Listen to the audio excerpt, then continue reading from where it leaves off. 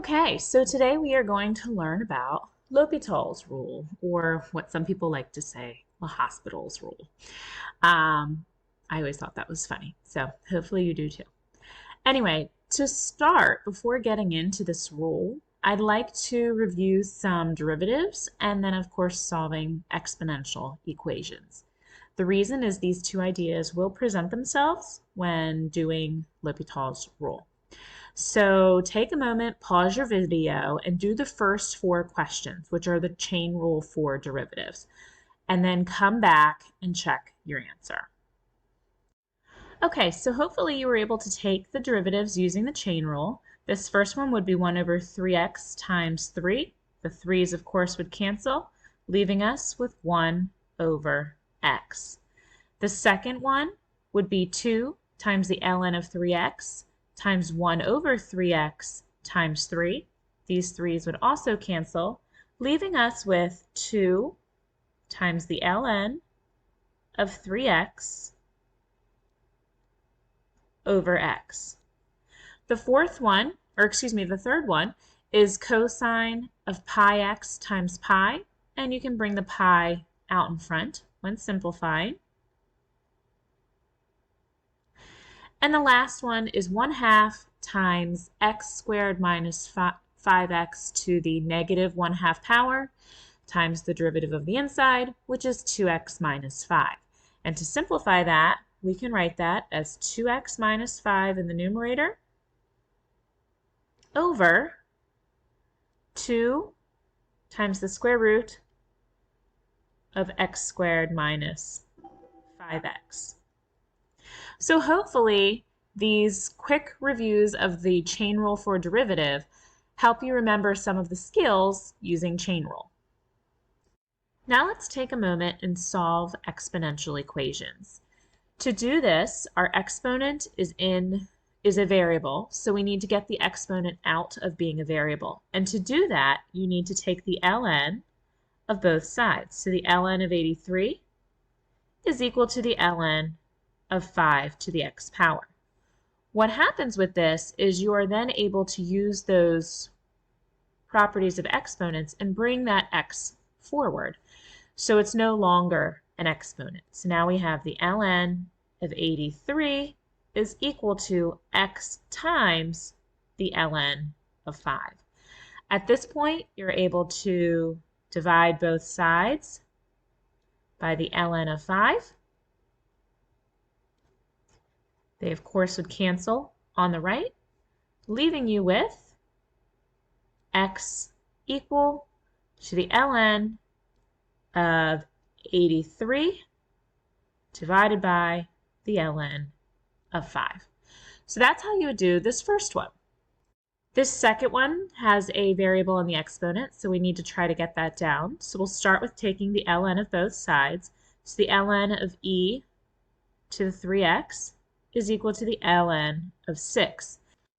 So once again, we can use the idea for pulling that power forward, and we would have 3x times the ln of e equals the ln of 6. Now, the ln of e, of course, is equal to 1, so really this left-hand side is just 3x is equal to the ln of 6, and then we can divide both sides by 3. The 3's on the left would cancel, leaving us with x equals the ln of 6 divided by 3. Now let's take a moment and review some of the graphs of some commonly used functions. So these four graphs here are some functions that are commonly used. The first is the natural log of x, which is here on the left. Then we have the function 1 over x. Then we have the function e to the x. And then we have the function e to the negative x. Take a moment and look at these four graphs and try to think about what's happening at some of the special parts. So for example, in this first one, what's happening to this graph when the limit of the ln of x is approaching 0 from the right-hand side. So as the ln function is approaching 0 from the right-hand side, what's happening to our function? Our function is approaching negative infinity.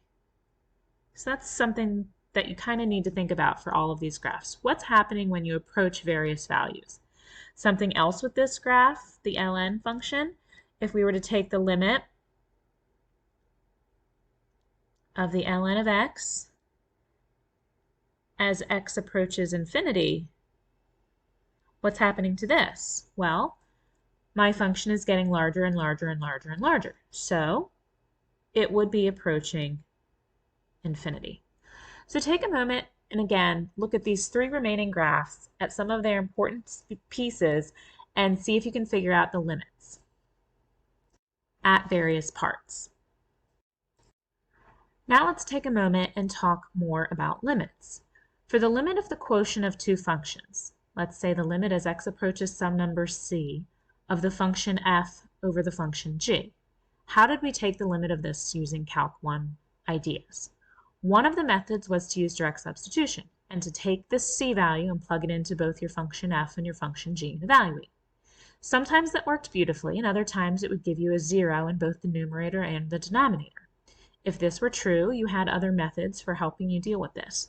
One of them was to factor and to reduce, and another one was to multiply by the conjugate if you were dealing with a square root.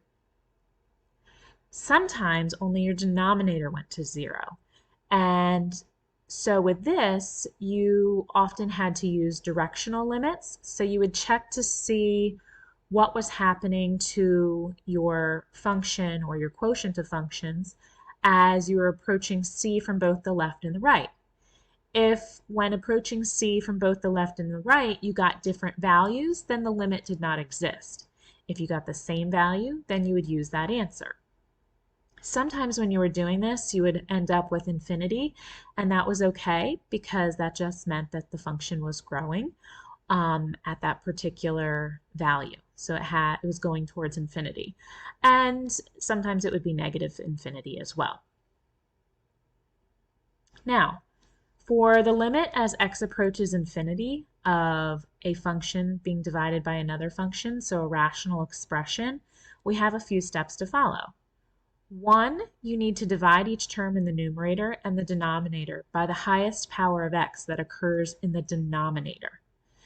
Two, you'll simplify and evaluate that so that when you get something in the form of 1 over x, as x is approaching infinity, that piece will go to 0. And the reason for that is because your numerator is staying constant, but your denominator is getting so large that the value overall is essentially 0 or approaching 0.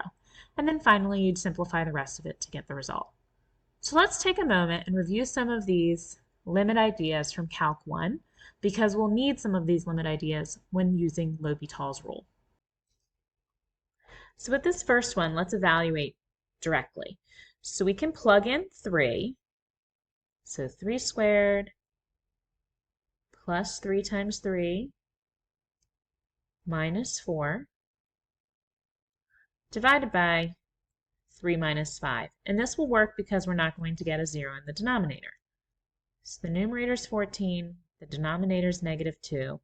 So our limit for this question is negative 7.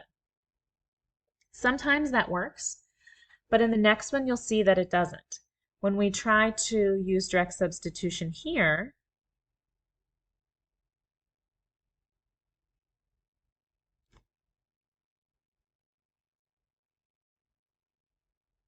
plugging in 2 for everything, you see that you get 0 divided by 0, which is an indeterminate form, meaning it's not allowed. So there has to be another way to try to approach this. And one of the methods you used in Calc 1 was factoring. And I can see that there's a quadratic in the numerator as well as the denominator. So maybe if I try to factor this and cancel out one of the factors, it will help me get rid of some of those zeros. So if I were to factor this, I would get x plus 3 and x minus 2.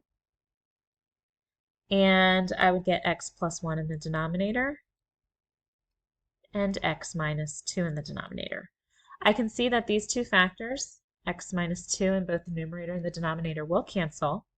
And then this leaves me with x plus 3 in the numerator and x plus 1 in the denominator. And now I can evaluate that, plugging in 2. So it would be 2 plus 3 over 2 plus 1, which would give us 5 thirds. And so our limit of this one would be 5 thirds. And we were able to do that using the idea of factoring. Example 3 is one where you're going to need to use the idea of what's happening to your limit as it approaches from the left and the right. And the reason is because factoring won't help simplify this at all. The top is just 10. It's a constant, so we need to look a little deeper at this one. So if I, of course, tried to do direct substitution, 10 over 3 minus 3, of course, would give us a 0 in the denominator. And so that's why we need to try to approach this one as the limit is approaching 3 from both the left and the right to see what's happening. And again, remember, if it approaches the same number, you will use that value as your answer. If it's approaching 2 different numbers, then you would need to say that it's DNE or does not exist. So if I plug in a number that's very close to -3, or excuse me, very close to 3 from the left, something that's a little smaller, say 2.9, what would I get as my value? Well, the top is, of course, a constant, so that's just going to be positive. And my bottom, if I were to plug in 2.9, it would be negative. So this is actually approaching negative infinity. Let's see if the next one is also approaching negative infinity. So the top again would be constant, a 10, which is positive. And if I approach 3 from the right with a value that's a little larger than 3, say 3.1, I would see that 3.1 minus 3 is positive. So this is approaching positive infinity. Now, because this top one approaching from the left is negative infinity, and the bottom one, which is approaching from the right, is positive infinity, these are not equal, so therefore my limit is DNE, does not exist. Okay, let's look at number 4. Number 4 is slightly different because it has that squared there. So if I were to try to do some substitution, I would see that I would end up with a 0 in the denominator. So 10 over 0, so I need to try to use our limit from the left and our limit from the right, since there's nothing that I can really do to simplify this down. So the limit from the left and the limit from the right. Okay, so the limit from the left would be, again, a positive number in the numerator because the 10 is a constant. And if I were to choose something that's a little smaller than 3, say 2.9, 2.9 minus 3 is a negative, but a negative squared would be a positive. So this one would become positive infinity. And something from the right-hand side, so something that's a little larger than 3, if I do 3.1 minus 3, that's positive, and a positive number squared is positive. So I'd have positive over positive, which would equal positive infinity. So my limit on this one, because they both approach positive infinity, is positive infinity overall. Let's look at number 5. This is one where your denominator is going to become extremely large, but your numerator is a constant. So let's see what's happening here. And this is because it's approaching infinity. So I have a constant in my numerator, and my denominator is getting huge, right? And when this happens, it's 2 over infinity, which means my limit is 0. So my fraction is essentially getting smaller and smaller and smaller. So maybe I start out with 2 over 1 and then 2 over 2 and 2 over 3 and 2 over 4. You can see that your fraction's getting smaller and smaller. So your limit is approaching 0. Now, so for number 6, we are going to use the process on the prior page because we have a rational limit here, and x is approaching infinity. So if we were to try to evaluate this and plug in infinity, it wouldn't work out, so we need to have another technique, and that technique is to divide both the numerator and the denominator by the highest degree or the highest power of your denominator. So what we'll do is we'll take this 2x squared plus 5x minus 1 and divide it by the highest degree or the highest power of the denominator, which is x squared. And we'll do that in both the numerator and the denominator. So we'll have 7x squared minus 3x plus 2, and this is also going to be divided by x squared. Then we need to simplify the numerator and the denominator, and you'll basically be creating 3 mini fractions here. The first one would be 2x squared over x squared, 5x over x squared, and a negative 1 over x squared in the numerator. And the denominator would be 7x squared over x squared minus 3x over x squared plus 2 over x squared.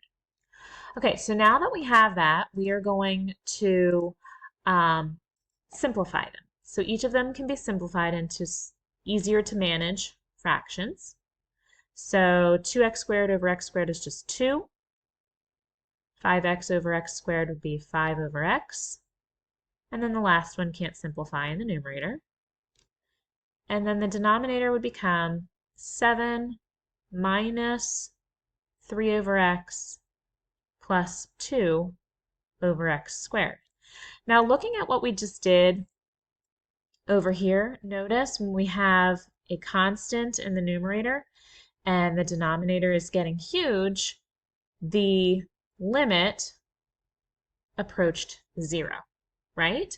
As x was approaching infinity.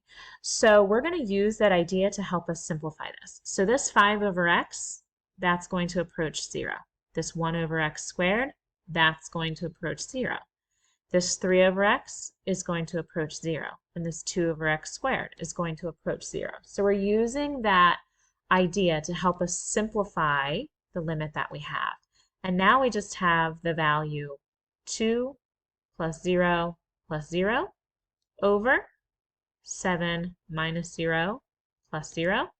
So our limit is 2/7. Okay, we're going to use these same ideas for 7 and 8, although I'm not going to go through the process quite as detailed. So let's use that same idea since our limit is approaching infinity and we have that rational function set up. So let's do the division by the highest power in the denominator. In this case, that's an x cubed. So we would get 3x squared minus 1 over x cubed divided by 4x cubed plus 2 divided by x cubed. We'll break each of those up into separate fractions and simplify. So my first fraction would become a 3 over x, and the second would be negative 1 over x cubed. Over, the denominator here would become 4 plus 2 over x cubed. And now let's use the idea of things approaching 0. So 3 over x would approach 0. 1 over x cubed would approach 0, and this again is because our limit is approaching infinity and our denominator is getting very large with a constant in the numerator, and that would equal 0. So really what we have here is a 0 minus 0 in the numerator and a 4 plus 0 in the denominator. So our limit is 0 over 4 or just 0. Okay, let's look at the last one. So we have the largest degree in the denominator, or the largest power in the denominator, is x squared. So that's what we're going to divide by here. So it's 4x cubed plus x being divided by x squared. And then we'd have 2x squared plus 1 being divided by x squared. So let's simplify that a little bit. So each of our fractions would become 4x plus 1 over x over 2 plus 1 over x squared. Now again, we're using the idea of things going to 0. So this 1 over x would go to 0, and this 1 over x squared would go to 0. Okay, so now we have 4x over 2. And we're taking the limit of that as it approaches infinity. So what we would get is 4 times infinity, which is infinity, over 2. And infinity divided by 2 is still infinity. So the limit of this one would be infinity. So as you can see, we kind of have all 3 examples here for when the limit is approaching infinity. We're using this big idea here that I've highlighted. But as x is approaching infinity and you use that division by the largest power in your denominator, sometimes you'll get an actual value, like 2 over 7. Sometimes it will approach 0, and other times it may approach infinity. So these are some concepts that you should hopefully remember from Calc 1 that will help us with L'Hopital's rule. To the meat of the lesson. Suppose we are trying to analyze the behavior of the function f of x equals the ln over x minus 1. Although f is not defined when x equals 1, we need to know how f behaves near 1. In particular, we would like to know the value of the limit as x approaches 1 of ln of x over x minus 1. In computing this limit, we can't apply the laws of limits that we just did because the limit of the denominator is 0. In fact, although the limit exists, its value is not obvious because both the numerator and the denominator approach 0, and 0 divided by 0 is not defined. In general, if we have a limit in the form of the limit as x approaches a of f of x over g of x, where both f of x and g of x approach 0 as x approaches a number, then this limit may or may not exist, and this is called the indeterminate form of type 0 over 0. And that's pretty important, so let's take a moment and highlight that. So there is a indeterminate form of type 0 over 0. For some rational functions, we can cancel common factors like what we did before, where we would factor the numerator and factor the denominator. So some are able to be factored, but for others we can't. So there has to be a way to deal with this, and this is where L'Hopital's rule comes in. These methods do not work for limits such as the ln of x over x minus 1 as x approaches 1, because you can't factor it. So in this section, we introduce a systematic method known as L'Hopital's rule for the evaluation of indeterminate forms. Another situation in which a limit is not obvious occurs when we look for horizontal asymptotes of f, and we need to evaluate its limit at infinity. So the limit as x approaches infinity of the ln of x over x minus 1. It isn't obvious how to evaluate this limit because both the numerator and the denominator become large as x approaches infinity. There is a struggle between the numerator and the denominator. If the numerator wins, the limit will be infinity. If the denominator wins, the limit will be 0. Or there may be some compromise, in which case the answer will be some finite positive number. In general, if we have a limit of the form the limit as x approaches a of f of x over g of x, where both the limit of the numerator and the denominator approach 0 or approach infinity or negative infinity, then the limit may or may not exist, and this is called the indeterminate form of infinity over infinity. So let's highlight that, as that's an important piece. You can sometimes see that as plus or minus infinity over plus or minus infinity. This is when L'Hopital rule applies, and it applies to both of these types of forms, when you have 0 divided by 0 or positive minus infinity over positive minus infinity.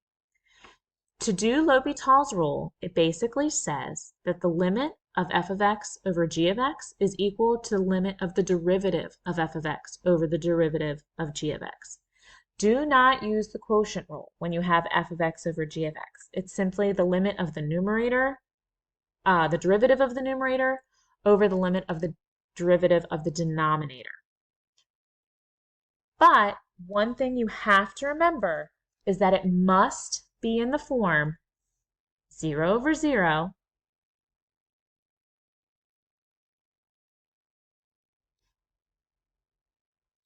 or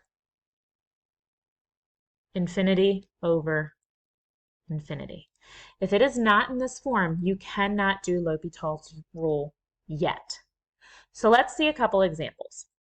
Here, if we were to try to do direct substitution, we would have the ln of 1 over 1 minus 1. The ln of 1 is 0, and 1 minus 1 is 0. So notice this is of the form 0 divided by 0. So we can actually apply L'Hopital's rule to this so that we can find out the limit as x approaches 0 for this function. Remember, L'Hopital's rule simply says you take the derivative of the numerator, which in this case is 1 over x, over the derivative of the denominator, which in this case is 1. And then you can take the limit as x approaches 1.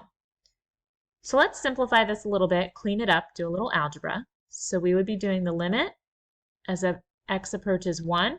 1 over x divided by 1 is just 1 over x.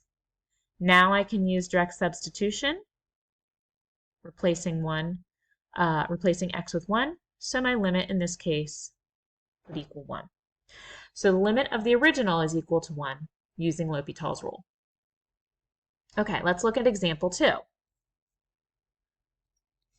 This one is saying the limit as t approaches infinity of e to the 2t power minus 1 over the sine of t. So if I were to try to apply or just use substitution, we would have e to the 0 minus 1 over the sine of 0. E to the 0 power is 1, and 1 minus 1 is 0. The sine of 0 is 0. So notice we have this in the indeterminate form, 0 divided by 0, so we can apply L'Hopital's rule. So let's take the derivative of the numerator and then take the derivative of the denominator. The derivative of the numerator, this first one is going to be a chain rule, which is why we practiced this earlier. It's e to the 2t itself times the derivative of the exponent, because there's our second piece, which is just 2, and then minus 1's derivative is 0. The derivative of sine is cosine. So now let's take the limit of that to see if we get an answer. And we're approaching 0. So let's use direct substitution to see if this works. So 2e to the 0, because 2 times 0 is 0, and then cosine of 0. E to the 0th power is 1, so 2 times 1 is 2, over the cosine of 0 is 1. So this does give us a limit, and the limit would be 2. So there's our answer. So let's do this next one. The limit as x approaches infinity of the ln of x over the square root of x. If I were to use direct substitution, the limit of x approaches infinity, we would plug infinity in for x, and the ln of x would approach infinity as x approaches infinity, and infinity's square root is also infinity. So we are in the indeterminate form in this one of infinity over infinity, so L'Hopital's rule can apply. So let's do it. You take the derivative of the numerator, which in this case is 1 over x, and then you take the derivative of the denominator, which in this case is 1/2 x to the negative 1/2 times 1, which would just be what we have. Okay, so now we can take the limit as x approaches infinity, and we can clean this up a little bit.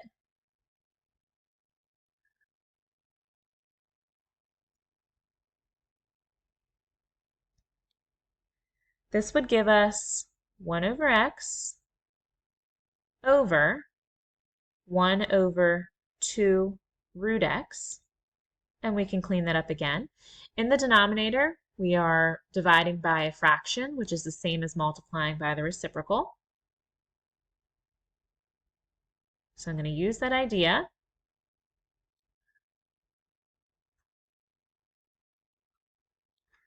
to simplify this a little bit. So I'm still rewriting the limit notation because I haven't actually applied the limit yet. So now but I'm not quite there. Just a little further. So the root of x over x can be rewritten as 2 over root x. And now let's apply the idea of the limit. We have a 2 in the numerator, which is a constant, and my denominator is getting very large. So my limit overall would be 0. Okay, let's look at example 4. So if I were to try and plug this in right away, we would end up with e to the 0 minus 1 minus 0 over 0. E to the 0 is 1 minus 1 minus 0 over 0. So we would end up with the indeterminate form of 0 over 0. So we can apply L'Hopital's rule. So let's go ahead and do that. So the limit as x approaches 0, the derivative of e to the x is itself, the derivative of 1 is 0, and the derivative of negative x is just negative 1. The derivative of the bottom would be 2x. So let's see if we can plug in and get this simplified using direct substitution. So we can do e to the 0 minus 1 over 2 times 0. E to the 0 is 1 minus 1 over 0. So once again, we have an indeterminate form of 0 over 0. That's okay.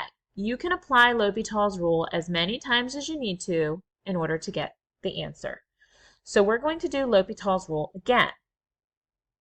So we would need to go back to where we started, e to the x minus 1 over 2x, and take that derivative of the numerator, which is going to be e to the x, and then the derivative of 1 is just 0, and then the derivative of the bottom, which would just be 2. So now let's use substitution to see if it works. We end up with e to the 0 over 2, which is 1 over 2. So this is kind of cool that L'Hopital's rule allows you to do this. It's a pretty neat method to be able to apply. And again, just remember that L'Hopital's rule can only be applied when you're in the indeterminate form 0 divided by 0 or infinity over infinity. However, that's not the only type of indeterminate form that you might have. There's something called indeterminate products. If the limit as x approaches a of f of x equals 0, and the limit as x approaches a of g of x equals infinity, or negative infinity, then it isn't clear what value of the limit of the product of those two would be. There's a struggle between f and g. If f wins, the answer will be 0. If g wins, the answer would be infinity, or negative infinity. Or there may be a compromise where the answer is a finite non-zero number. This kind of limit is called an indeterminate form of 0 times infinity. We can deal with this particular indeterminate form by writing it as the product of f divided by 1 over g, or g divided by 1 over f. Remember, when you think about the denominator here, 1 divided by g in the denominator is the same as multiplying by its reciprocal. The reciprocal of 1 over g is just g. So f times g would be the same as f times g. And same here. If you're dividing by 1 over f, that's the same as multiplying by the reciprocal of 1 over f, which is f. So f times g is the same thing as g times f. So the trick of it is you're just rewriting it. You're making it look a little different. By doing this, you're converting the form that you have of the indeterminate into a 0 over 0 or an infinity over infinity so that you can apply L'Hopital's rule. Let's see an example. Here in example 5, we have the limit as x approaches 0 from the right of x times the ln of x. So you can see that there are actually two functions here. The function x, and that's multiplying with your function ln of x. So we are doing a product here, and if we were to just quickly look at what they would be as x is approaching 0, x would go to 0, but the ln of x would approach negative infinity. So we definitely have an indeterminate form of 0 times infinity, or in this case, negative infinity. So we need to use the trick that we just talked about so that we can then apply L'Hopital's rule. So we're going to look at our two functions, x and ln of x, to see which one we think is easier to flip upside down and put in the denominator. So let's try with doing the limit as x approaches 0 from the right, and I'm going to put the x downstairs in the denominator. So I'm going to write this as the ln of x over, and remember when you put it in the denominator, it needs to be 1 over the function. So then, once I have it in this form, let's see if I get it in L'Hopital's rule now. The limit of the ln of x as it approaches 0 from the right, this is negative infinity. And the denominator, 1 over 0, is infinity in the denominator. So we do have it in a form now where you can apply L'Hopital's rule. So by putting it in the denominator, we were able to force it into an indeterminate form that L'Hopital's rule can apply to. So now we're going to take the derivative of the numerator and the denominator separately. So the derivative of the ln of x is 1 over x, and the derivative of 1 over x is negative 1 over x squared. And if you think about it, this is really just like x to the negative 1. And that's where I kind of got that idea here for the derivative. Okay, in case you didn't see it right away. All right, so let's use some algebra to simplify this a little bit to see if it ends up working. So we'll do the limit as x approaches infinity from the right, and this is 1 over x times the reciprocal, so x squared over negative 1. This would equal the limit as x approaches 0 from the right of x over negative 1, which is really just negative x, and now can I plug 0 in? Sure. My answer is going to be 0. Okay, so this one actually ended up working. I put the x in the denominator as 1 over x. What happens if I did it the other way? What happens if I didn't choose x and I chose the ln of x? So sometimes you might choose one way and it works well, like what we just did, and other times you might choose a way and it might lead you down a rabbit hole. So if I were to have done the ln in the denominator, that would have been x in the numerator over the ln of x, 1 over the ln of x in the denominator. So really this would be the ln of x to the negative 1 in the denominator.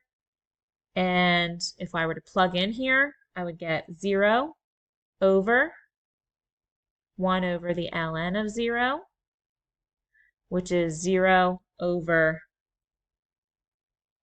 0. So we could apply L'Hopital's rule. So if I tried to take the derivative of the numerator, no problem. That's just 1. But if I take the derivative of the denominator, I'd get negative ln of x to the negative 2 times 1 over x, and you can already start to see how this is starting to get complicated. So it's actually easier sometimes to do one function or the other. So try it one way, see if it starts simplifying nicely. So you can see how this function, when we first started in the first example, 1 over x over negative 1 over x squared, that's simple to simplify using algebra. This one in the denominator, when you start having ln's and 1 over x, it gets pretty complicated. So this is kind of down a rabbit hole. And so if you end up down a rabbit hole, try the other function in the denominator and see if that works a little nicer. Okay, so this is going to be the last type that we talk about today, and this is called indeterminate differences. If you have the limit as x approaches a number of f of x, and that equals infinity, and you have the limit of x approaching a number of g of x, and that equals infinity, then the subtraction of those two is called an indeterminate form of infinity minus infinity. And so the idea with this one is you want to try to combine them into one term, meaning you want to try to combine your f and g into one piece. So let's see if we can do that with example 6.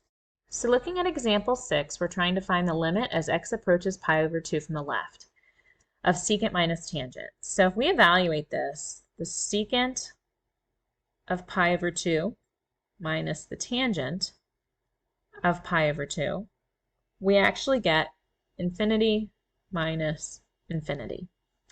So with this being the differences of two infinities, we need to try to combine them into one term so that we can get them into either a 0 over 0 or an infinity over infinity so that L'Hopital rule can apply. So that's kind of the little note that I have up here.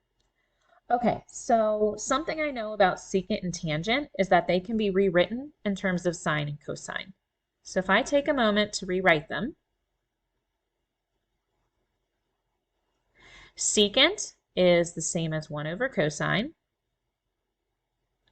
and tangent is the sine over cosine. Since they both have like denominators, I can combine them into one.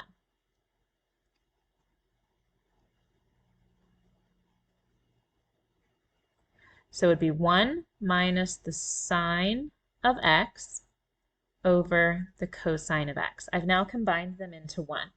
Now let's evaluate this at pi over 2 to see if we have it in the indeterminate form that we need it in. So the sine at pi over 2 is 1, so that's 1 minus 1. The cosine at pi over 2 is 0. So 1 minus 1 is 0, divided by 0, so we have it in the proper indeterminate form, so we can apply L'Hopital's rule. Remember, L'Hopital's rule is taking the derivative of your numerator and then taking the derivative of your denominator. So let's go ahead and do that. So the derivative of 1, of course, is 0. The derivative of sine is cosine, but we have a coefficient there, so bring that with it. And then the derivative of cosine is negative sine. So the two negatives would cancel. So I'm just cleaning this up a little bit before I actually take and do substitution. Okay, so now let's try it out. So the cosine at pi over 2 is 0. The sine at pi over 2 is 1. And 0 divided by 1 is the value 0. So after applying L'Hopital's rule, I was able to get the answer of 0. And the idea for this one was getting them into one term. So I changed the secant and tangent into sine and cosine, got them into a single term of 1 minus sine x over cosine x, checked to make sure L'Hopital's rule could apply. You always need to check that part. Then once you determine that it can, take the derivative of the numerator, the derivative of the denominator, get your result, see if you can plug it in. In this case, we could. So that is several different types of examples: indeterminate differences, indeterminate products, and then just applying L'Hopital's rule, sometimes more than once, to be able to find the limit as x approaches various numbers. So that is L'Hopital's rule. We'll talk a little bit more about that in class, but for now, good luck.